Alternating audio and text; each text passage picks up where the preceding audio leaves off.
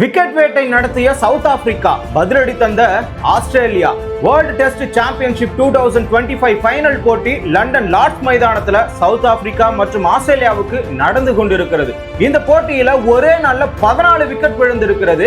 அதுவும் இல்லாம ரபாடா தன்னோட பங்குக்கு 5 விக்கெட்டை எடுத்து ஆஸ்திரேலியன்ஸை 212க்கு ஆல் அவுட் செஞ்சிருக்காங்க. இந்த இடத்துல ஒரு ஆஃப் மட்டும் பார்த்துட்டு மேட்ச் முடிஞ்சு போச்சுன்னு நாம முடிவெடுக்க கூடாதுல்ல. ஏன்னா எதிரில் இருக்கிறது ஆஸ்திரேலியன்ஸ். ஸ்டார்க், ஏசில்வுட், கமின்ஸ் போன்ற ஆஸ்திரேலியாவினுடைய படை வீரர்களை சவுத் ஆப்பிரிக்காவால் சமாளிக்க முடியாமல் மார்க்ரம் ஸ்டார்க் வீசிய முதல் ஓவரிலேயே கடைசி பந்துல போல்ட் ஆனார். அது மட்டும் இல்லைங்க, மீண்டும் ஸ்டார்க் ஓவரிலேயே 23 பாலுக்கு 16 ரன் எடுத்து சமாளிக்க முடியாமல் தடுமாறி கொண்டிருந்த ரியான் ரிக்கல்டனையும் ஸ்டார்க்கே விக்கெட் எடுத்தார்.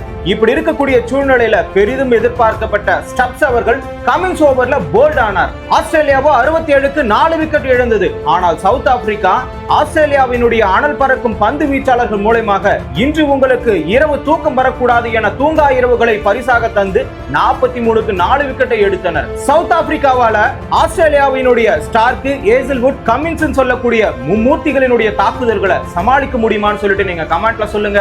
கிரிக்கெட் நிகழ்வுகளை ஒரு நிமிடத்துல தெரிஞ்சுக்கணுமா? ஷார்ட்ஸ் தமிழை ஃபாலோ பண்ணுங்க.